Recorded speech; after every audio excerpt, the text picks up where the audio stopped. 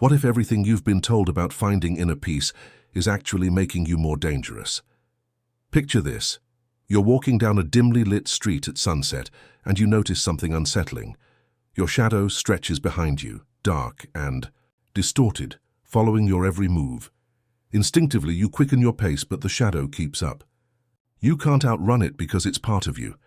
Now imagine that this shadow isn't just a trick of light. It's a living repository of everything you've tried to forget about yourself. This isn't another self-help fairy tale about manifesting positivity or finding your inner light. This is about something far more disturbing and infinitely more real. The Swiss psychiatrist Carl Jung discovered something that the billion-dollar wellness industry desperately wants you to ignore: the pursuit of inner peace. As commonly understood, is not just naive, it's psychologically dangerous. Think about the people you know who seem the most enlightened, the yoga instructor who preaches love and light but unleashes vicious criticism on anyone who challenges their worldview, the mindfulness guru who speaks of non-attachment while manipulating followers with calculated emotional pressure, the spiritual teacher who promises transcendence but exhibits narcissistic rage when questioned. These aren't exceptions. They're the inevitable result of pursuing light while systematically avoiding darkness. Jung observed something that should terrify anyone serious about psychological development. One does not become enlightened by imagining figures of light, but by making the darkness conscious. But here's what he didn't mention in that famous quote: making the darkness conscious doesn't bring peace, it brings chaos. It shatters the comfortable prison of your carefully constructed identity and forces you to confront a truth that most people will spend their entire lives avoiding. You have a shadow. It contains not just your capacity for cruelty, manipulation, and destruction, but also your unrealized potential for power, creativity, and authentic strength. Every quality you've disowned, every impulse you've suppressed, every aspect of humanity you've judged and rejected, it's all there, growing stronger in the darkness of your unconscious mind. The modern world has created an unprecedented crisis of shadow denial.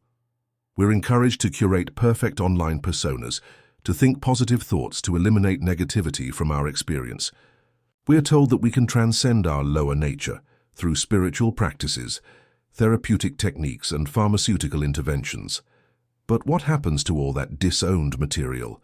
It doesn't disappear, it goes underground, where it operates with increasing power and decreasing conscious control.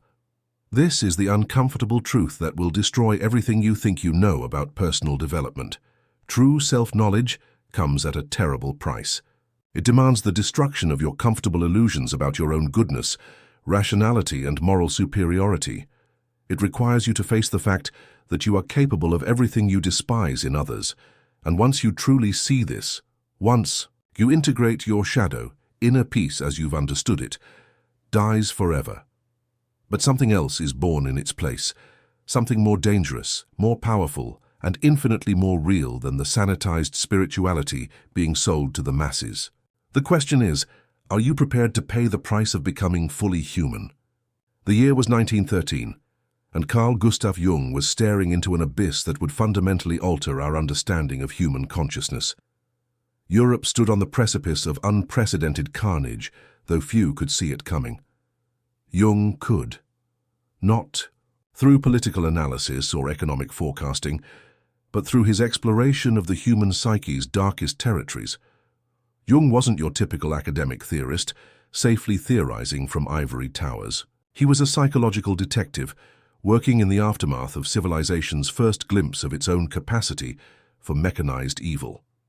While other intellectuals scrambled to explain away humanity's darker impulses, Jung dared to investigate them directly.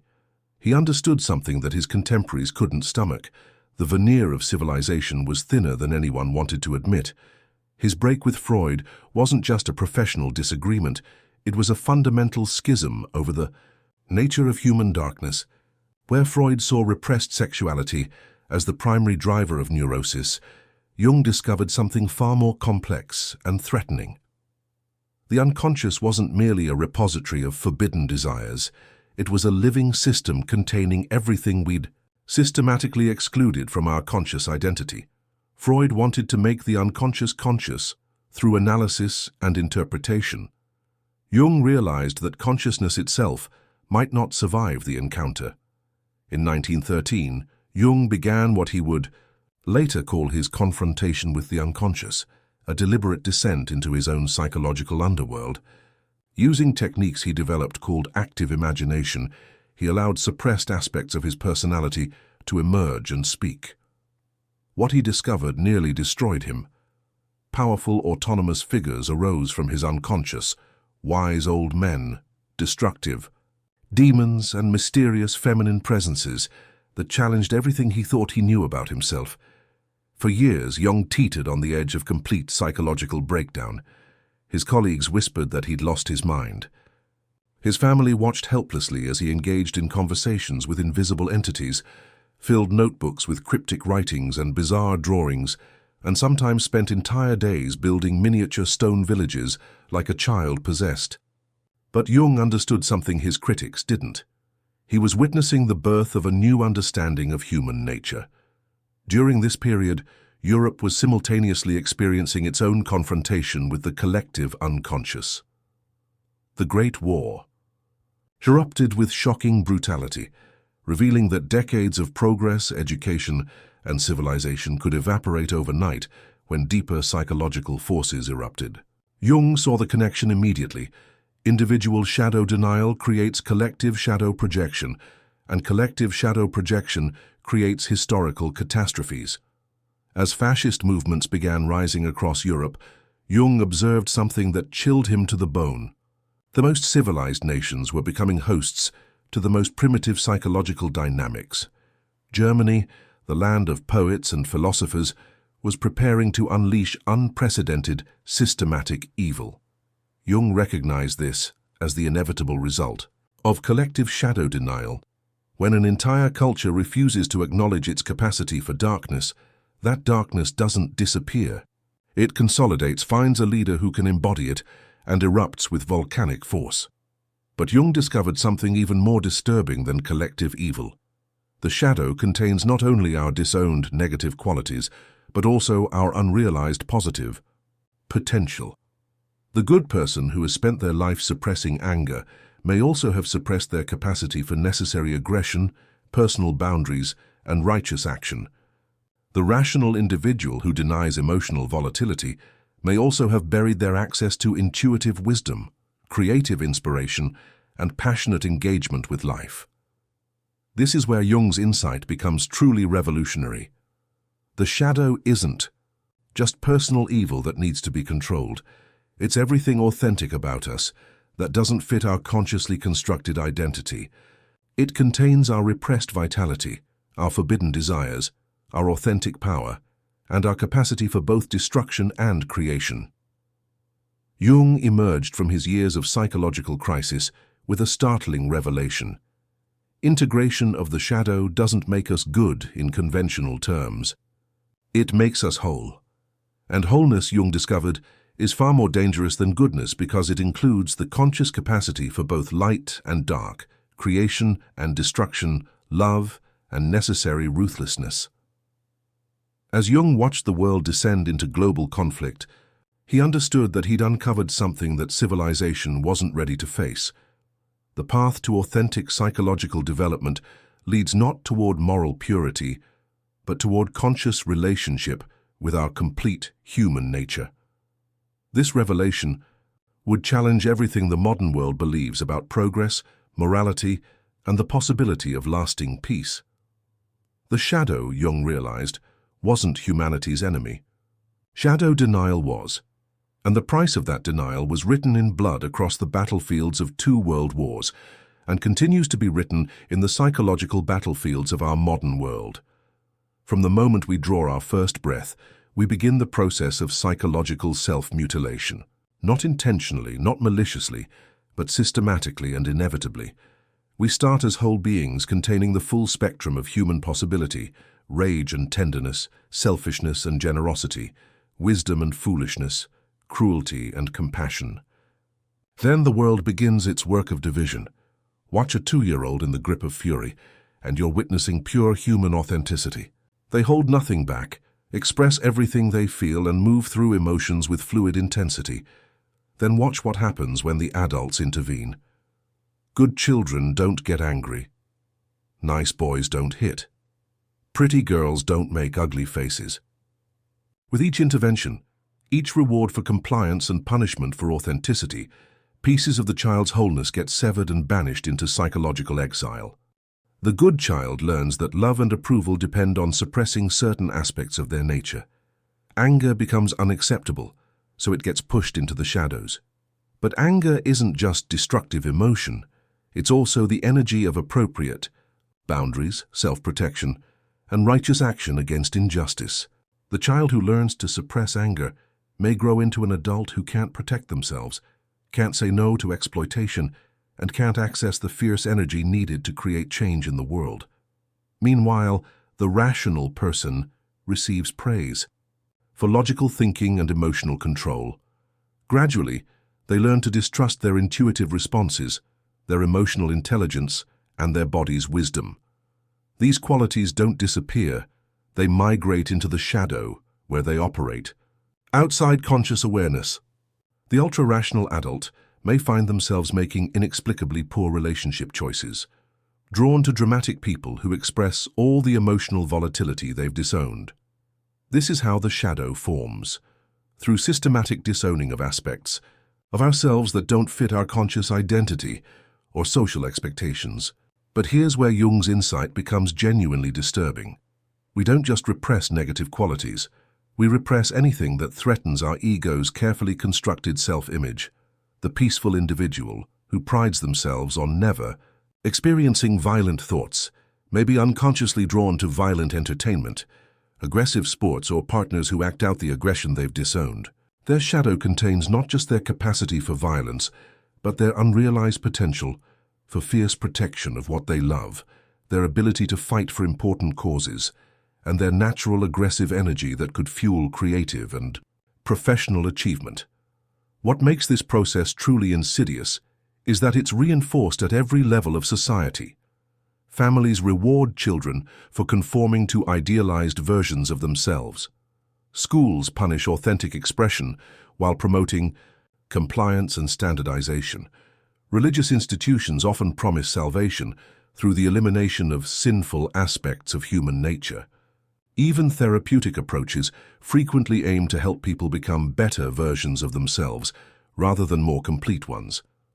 But the most sophisticated mechanism of shadow formation is projection, the unconscious process by which we see in others what we refuse to acknowledge in ourselves. The person who loudly condemns sexual immorality may be struggling with their own repressed sexual impulses. The individual who rails against greed and materialism may be unconsciously envious of others' wealth and success. The activist who fights passionately against oppression may be projecting their own authoritarian tendencies onto their opponents. Projection serves a crucial psychological function. It allows us to maintain our conscious self-image while still having a relationship with our disowned qualities. We get to experience our shadow material vicariously through others, then righteously condemn it to maintain our sense of moral superiority. This creates what Jung called psychological inflation, an unconscious identification with only positive qualities that makes us feel superior to others while remaining unconscious of our own darkness. History provides countless examples of collective shadow projection in action. The Salem witch trials saw a repressive Puritan community project their disowned sexuality, wildness, and rebellion onto vulnerable women, then eliminated them to restore psychological equilibrium. Nazi propaganda worked by convincing Germans that Jews embodied everything they found unacceptable about themselves: greed, weakness, parasitic behavior, then promised purification through elimination of the projected carriers. Modern cancel culture operates through identical psychological mechanisms. Communities identify individuals who embody their collective shadow material, then engage in ritualistic destruction to maintain their group identity as good people. The fury with which these campaigns are conducted reveals their true function: not justice but shadow projection. and temporary relief from the pressure of disowned psychological material. Jung observed that the stronger our persona, the mask, we wear in social situations, the more powerful our shadow becomes. The person who presents themselves as endlessly positive and loving may harbor profound rage and resentment. Primitive fears and desires may drive the individual who appears completely rational and controlled. They've never been consciously acknowledged. This creates internal psychological pressure that eventually demands release. The shadow doesn't remain passive. It seeks expression through unconscious behaviors, compulsive patterns, and seemingly inexplicable attractions to people and situations that embody our disowned qualities. We find ourselves repeatedly drawn into conflicts that seem to happen to us, but actually represent our shadow material seeking integration. The truly disturbing truth is that our attempts to be good people often make us more dangerous, not less. The person who has never consciously acknowledged their capacity for cruelty may exercise it unconsciously through passive aggression, emotional manipulation, or moral superiority. Their cruelty becomes more sophisticated and harder to detect because it operates outside their conscious awareness. This is the mechanics of self-deception in action.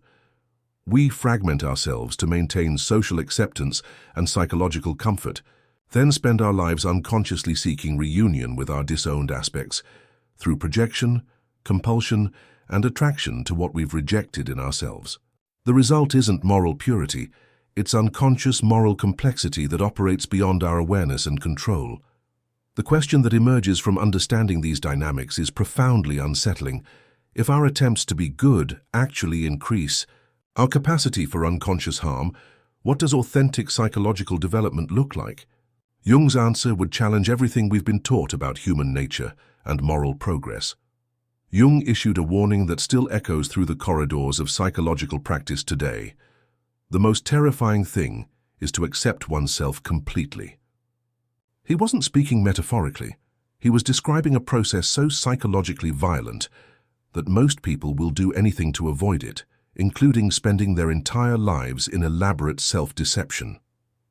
Shadow integration isn't therapy. It isn't self-improvement. It's psychological warfare against everything you've convinced yourself that you are. The process begins innocuously enough. Perhaps you notice patterns in your life that don't make sense. The nice person keeps finding themselves in relationships with cruel partners. The rational individual makes inexplicably emotional decisions at crucial moments. The spiritual seeker feels drawn to experiences that contradict everything they claim to believe. These aren't coincidences. They're your shadow material, demanding attention. But recognizing patterns is just the beginning. True shadow integration requires you to claim ownership of qualities you've spent decades projecting onto others. This means acknowledging that the narcissist who drives you crazy mirrors your own grandiosity. The manipulator you despise reflects your own capacity for emotional control. The weak person who disgusts you embodies vulnerabilities you refuse to face in yourself. The first stage is denial, and it's fierce. Your ego will deploy every psychological defense mechanism available to avoid this recognition. You'll rationalize, intellectualize, and find sophisticated reasons why your reactions to others are purely objective assessments rather than projections of disowned aspects of yourself. You'll become an expert at explaining why your anger is justified, your judgment is accurate, and your moral superiority is earned. Then comes the breakthrough moment that Jung called horrified recognition, when you suddenly see yourself clearly in someone you've been condemning. The activist realizes they're as authoritarian as the systems they fight. The therapist recognizes they're as manipulative as their most difficult clients. The spiritual teacher sees they're as narcissistic as the ego they claim to have transcended. This moment feels like psychological death because, in a very real sense, it is. Your carefully constructed identity begins to crumble as you realize that everything you've defined yourself against exists within you. The good person discovers their capacity for calculated cruelty. The strong individual encounters their profound neediness and dependency. The wise teacher faces their fundamental ignorance and confusion. But this is where shadow integration becomes truly dangerous to conventional notions of inner peace. Most therapeutic approaches promise that acknowledging your darkness will bring relief, integration, and psychological balance. Jung discovered something far more unsettling. Integrating your shadow doesn't resolve the tension between light and dark. It makes you consciously responsible for both. Consider what happens to someone's worldview when they truly integrate their capacity for manipulation. They can no longer see manipulative behavior in others as simply evil. They understand the psychology behind it because they recognize it in themselves. They become more effective at detecting manipulation because they know how it works from the inside. But they also lose the comfortable ability to righteously condemn manipulators as fundamentally different from themselves. This is why shadow integration kills inner peace. It replaces simple moral categories with complex moral responsibility. The integrated person can no longer divide the world into good people and bad people because they've recognized their own capacity for both creation and destruction. They become what Jung called morally ambiguous, not because they lack ethics, but because they understand that ethical behavior requires conscious choice rather than unconscious identification with goodness. The person who has integrated their shadow capacity for cruelty becomes more genuinely compassionate, but loses the ability to feel morally superior to cruel people. They understand that cruelty often emerges from unintegrated pain, unconscious projection, or desperate attempts to feel powerful in the face of helplessness. This understanding doesn't excuse cruelty, but it eliminates the psychological satisfaction of righteous condemnation. Perhaps most disturbing of all, shadow integration reveals that many of our most cherished positive qualities are defenses against acknowledging negative ones. The person who prides themselves on being nice may discover that their niceness is a sophisticated form of manipulation designed to avoid conflict and maintain control. The individual who identifies as strong may realize that their strength is a defense against acknowledging their profound vulnerability and need for support. Jung called this process ego death because it involves the temporary dissolution of everything you've identified as yourself. The experience feels like annihilation because your ego literally doesn't know how to exist without the clear distinctions between good and bad, self and other, acceptable and unacceptable that have organized your psychological reality. But something emerges from this death that is both more and less than what existed before. The integrated person develops what Jung called the transcendent function, the ability to hold opposites in conscious tension without resolving them into false unity. They can access their capacity for both love and hatred, creation and destruction, wisdom and foolishness, depending on what the situation requires. This creates enormous psychological power because their energy is no longer bound up in maintaining psychological defenses or projecting disowned qualities onto others. They become more effective in relationships because they can recognize and respond to the full spectrum of human psychology. They become better leaders because they understand the shadow dynamics that drive group behavior. They become more creative because they have access to the raw psychological material that most people keep locked in their unconscious. But this power comes at a price that most people find unacceptable: the loss of psychological innocence. The integrated person can never again claim pure motives, simple explanations, or moral certainty. They trade the comfort of black and white thinking for the complexity of holding multiple truths simultaneously. They become what Jung described as bridges between the conscious and unconscious, individuals capable of mediating between opposing forces within themselves and in the world around them. But bridges don't belong fully to either side. They connect. They exist in a liminal space that can feel profoundly lonely and psychologically demanding. This is why most people unconsciously resist shadow integration, even when they consciously pursue it. The ego would rather maintain its comfortable illusions than face the psychological chaos of true wholeness. It would rather be good in a limited way than be complete in a morally complex way. But Jung observed something that should terrify anyone concerned about the future of human civilization. Individuals who refuse to integrate their shadows don't eliminate their capacity for unconscious harm. They simply ensure that this capacity operates beyond their awareness and control. The good person, who has never consciously acknowledged their cruelty, may exercise it through passive aggression, emotional manipulation, or systematic oppression disguised as moral righteousness. The question that emerges from understanding shadow integration is profoundly unsettling. In a world facing unprecedented challenges that require both compassion and fierce determination, both cooperation and necessary conflict, can we afford to remain psychologically fragmented? Or does our survival depend on developing individuals capable of conscious relationships with the full spectrum of human nature? Jung's answer would challenge everything our culture believes about human development, moral progress, and the possibility of lasting peace. If Jung were alive today, scrolling through social media feeds and witnessing the psychological dynamics of our digital age, he would recognize something terrifyingly familiar: shadow projection on an unprecedented scale, amplified by technology and accelerated beyond anything human consciousness has evolved to handle. Your smartphone isn't just a communication device, it's a shadow projection machine. Every angry comment, every viral takedown, every moment of righteous indignation you feel while consuming digital content represents your disowned psychological material finding expression through the safety of screens and distance. The person you attack online embodies qualities you refuse to acknowledge in yourself. The political figure who triggers your fury carries aspects of your own psychology that you've banished into unconsciousness. But digital shadow projection operates with a sophistication that Jung couldn't have imagined. Social media algorithms are designed to trigger engagement, and nothing engages like shadow material seeking expression. The platform learns what makes you angry, what triggers your moral outrage, and what activates your sense of superiority, then feeds you an endless stream of content designed to keep you in that heightened emotional state.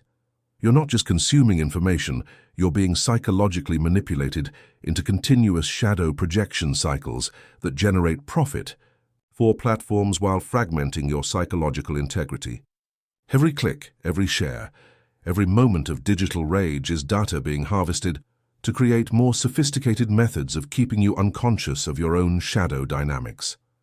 Consider the psychological profile of someone addicted to political outrage. Content. They spend hours consuming information about the moral failures, corruption, and destructive behavior of their political opponents. They feel righteously justified in their anger because the content confirms their worldview and moral superiority. But what they're actually experiencing is a vicarious relationship with their own disowned shadow material through projection onto political enemies. The compassionate liberal, who spends hours reading about conservative cruelty, may be unconsciously processing their own capacity for judgmental hatred through righteous condemnation of others. The rational conservative, who obsesses over liberal irrationality, may be projecting their own emotional volatility and unconscious biases onto political opponents. Neither side recognizes that their passionate hatred of the other represents shadow material demanding integration. This dynamic has created what Jung would recognize as collective psychosis, entire populations trapped in massive shadow projection systems that make genuine political discourse impossible.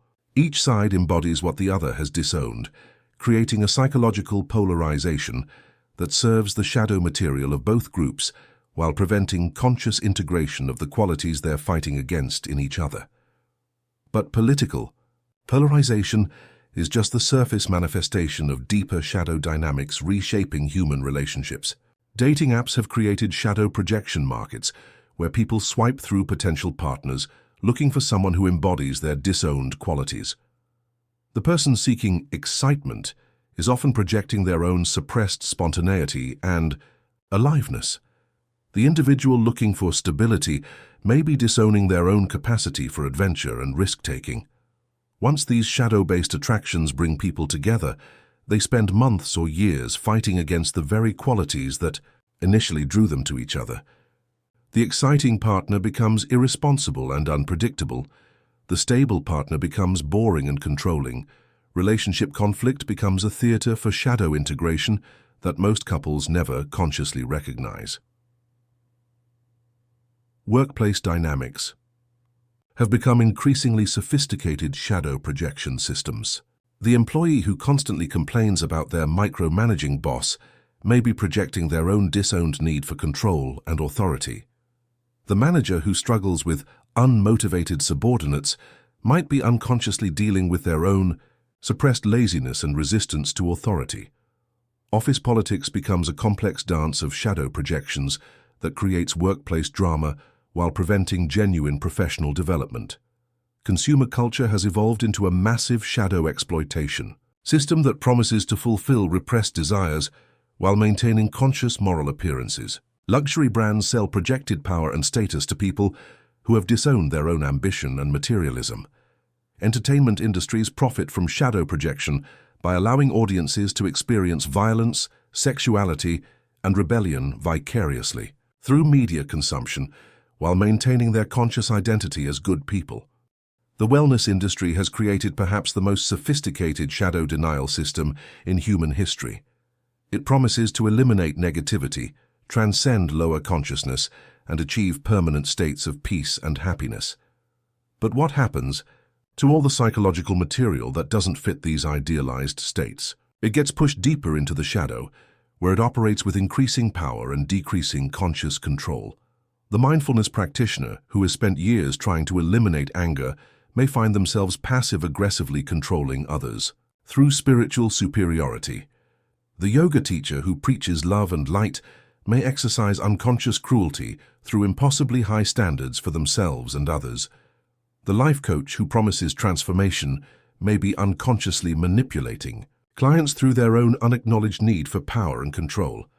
Social justice movements, despite their conscious intentions to create positive change, often operate through shadow projection dynamics that Jung would recognize immediately. The activist who fights against oppression may be unconsciously projecting their own authoritarian tendencies onto their opponents. The person who campaigns against inequality may be processing their own unconscious feelings of superiority and entitlement through righteous condemnation of others. This doesn't invalidate legitimate social concerns or necessary political action, but it reveals how shadow dynamics can hijack even well-intentioned movements, turning them into vehicles for unconscious psychological material rather than conscious social change. Perhaps most disturbing of all, our cultural emphasis on curated online identities has created shadow pressure unlike anything in human history. People spend enormous energy maintaining perfect digital personas while systematically denying anything that contradicts their online brand. Instagram feeds become monuments to shadow denial, showcasing only positive experiences while banishing struggle, failure, and psychological complexity into digital exile. The psychological cost of this massive shadow denial system is written in the epidemic rates of anxiety, depression, addiction, and rage that characterize modern life. When entire populations are systematically disconnected from aspects of their authentic nature, those disowned aspects don't disappear. They seek expression through symptom formation, compulsive behaviors, and unconscious acting out. Jung observed that individual shadow denial creates collective shadow projection, and collective shadow projection creates historical catastrophes. If he could witness the scale of shadow denial and projection enabled by modern technology, he might conclude that we're witnessing the psychological conditions for an unprecedented global crisis. But within this crisis lies unprecedented opportunity. Technology that amplifies shadow dynamics also creates possibilities for shadow integration that Jung couldn't have imagined. Digital platforms could be designed to promote psychological integration rather than fragmentation. Social media could facilitate genuine self-knowledge rather than elaborate self-deception. Online communities could support shadow work rather than shadow projection. The question that emerges from understanding shadow dynamics in the modern world is both urgent and existential. Will we use our technological power to create increasingly sophisticated systems of psychological fragmentation, or will we develop the consciousness necessary to integrate our shadows before they destroy everything we claim to value? Jung's insight suggests that our survival may depend on answering this question correctly and quickly. We arrive now at the most paradoxical truth Carl Jung ever articulated. The path to authentic humanity leads through the destruction of everything we associate with human goodness. Shadow integration doesn't make you a better person in conventional terms. It makes you a more complete person, and completion includes capacities that civilized society would prefer to keep buried. The individual who has successfully integrated, their shadow becomes what Jung called individuated. Not improved, not perfected, not morally superior, but psychologically whole. And wholeness, Jung discovered, is far more dangerous than goodness because it includes conscious access to the full spectrum of human potential. Consider the transformation that occurs when someone truly integrates their capacity for manipulation. They don't become less manipulative. They become consciously capable of manipulation when the situation requires it, while also being capable of genuine authenticity when that serves better. They can recognize manipulation in others immediately because they understand the psychology from the inside. They become more effective in negotiations, politics, and complex social situations because they can operate skillfully across the full range of human interaction. But they also lose something that most people consider essential to moral identity, the ability to feel righteous about their own goodness. They can never again claim pure motives because they're aware of the complex psychological forces that drive their behavior. They become what Jung called morally ambiguous, not because they lack ethics, but because they understand that ethical behavior requires conscious choice rather than unconscious identification with virtue. This moral ambiguity extends to their relationship with others. The person who has integrated their shadow capacity for cruelty develops profound compassion, not despite their dark potential, but because of it. They understand that cruelty often emerges from unintegrated pain, unconscious projection, or desperate attempts to feel powerful in the face of helplessness. This understanding doesn't excuse harmful behavior, but it eliminates the psychological satisfaction of condemnation and opens possibilities for genuine healing and transformation. The paradox deepens when we consider what happens to someone's relationship with power after shadow integration. The individual who has consciously acknowledged their capacity for domination and control becomes capable of wielding genuine authority without being corrupted by it. They can exercise necessary leadership because they're not unconsciously driven by power needs. They can engage power consciously, use it skillfully when required, and release it when appropriate. But this conscious relationship with power makes them simultaneously more effective and more threatening to existing power structures. They can't be manipulated through appeals to their ego because they've seen through the ego's pretenses. They can't be controlled through shame because they've accepted their capacity for behavior that others would find shameful. They become what tyrannical systems fear most: psychologically sovereign individuals who can't be unconsciously controlled. Jung observed that the individuated person develops what he called the transcendent function, the ability to hold opposites in conscious tension without resolving them into false unity. They can access their capacity for both love and hatred, creation and destruction, wisdom and foolishness, depending on what reality demands. This creates enormous psychological flexibility and effectiveness, but it also creates profound isolation from people who still operate through splitting and projection. The integrated individual often finds themselves psychologically homeless in a world organized around shadow denial and projection. They can't participate in the comfortable dynamics of us versus them thinking because they recognize both sides within themselves. They can't join in righteous condemnation of others because they understand the psychological mechanisms behind behavior they might disagree with. They become bridges between opposing forces, but bridges don't belong fully to either side, they connect. This isolation isn't theoretical. It's experienced as profound loneliness and psychological alienation. The integrated person often feels like they're speaking a different language than most of the people around them. Conversations that revolve around judging others, complaining about external circumstances, or maintaining elaborate self-deceptions become almost unbearable. They develop what Jung called divine loneliness, the isolation that comes from seeing reality more clearly than those around them. But this loneliness is the price of psychological freedom.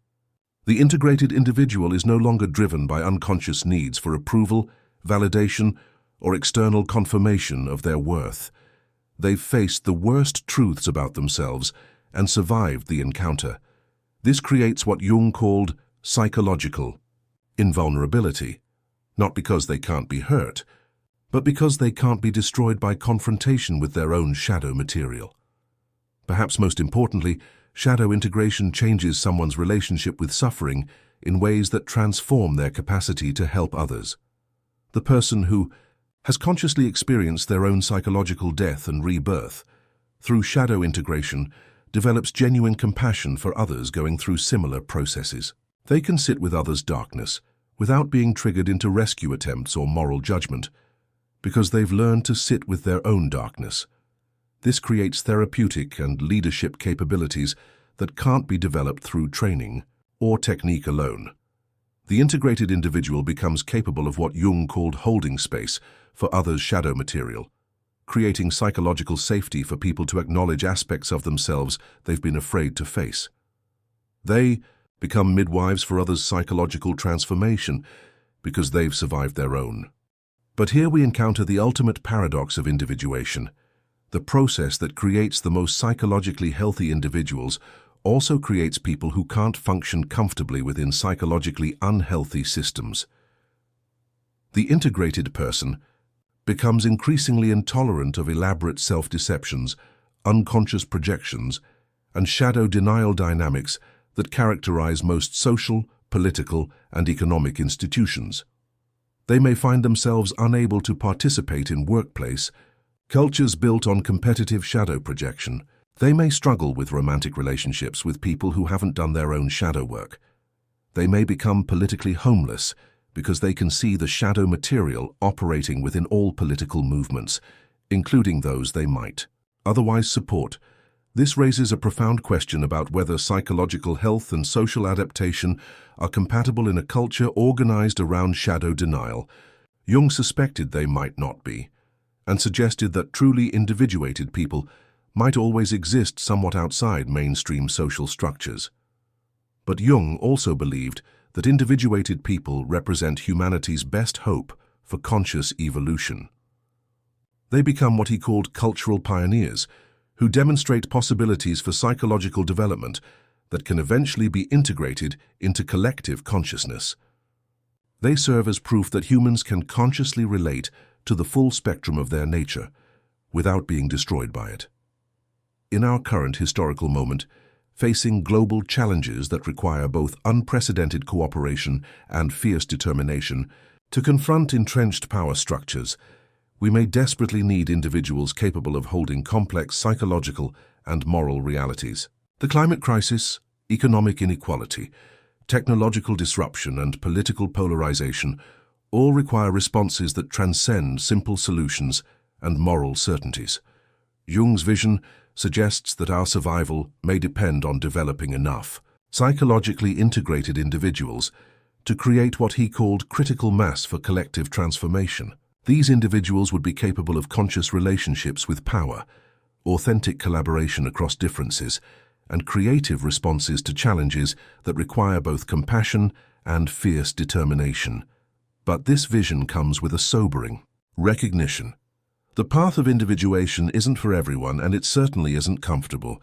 It requires willingness to sacrifice psychological peace for psychological wholeness, moral certainty for moral complexity, and social acceptance for authentic selfhood. The person who chooses this path trades the illusion of goodness for the reality of completion, simple answers for complex wisdom, inner peace for inner aliveness. They become fully human in ways that both terrify and inspire others. Dangerous not because they're evil, but because they're conscious of their capacity for both creation and destruction, and they choose consciously rather than acting from unconscious compulsion. Jung's final message to anyone considering shadow integration is both a warning and an invitation. This path will destroy everything you think you are and create something you never imagined you could become. It will kill your inner peace and birth your psychological sovereignty. It will eliminate your moral superiority and create genuine ethical responsibility. In a world desperate for authentic leaders, genuine healers, and conscious warriors capable of facing reality without flinching, the question isn't whether shadow integration is worth the psychological cost. The question is whether we can afford to remain unconscious of our complete human nature, while the shadows we refuse to face continue shaping our collective destiny from the darkness of our denial.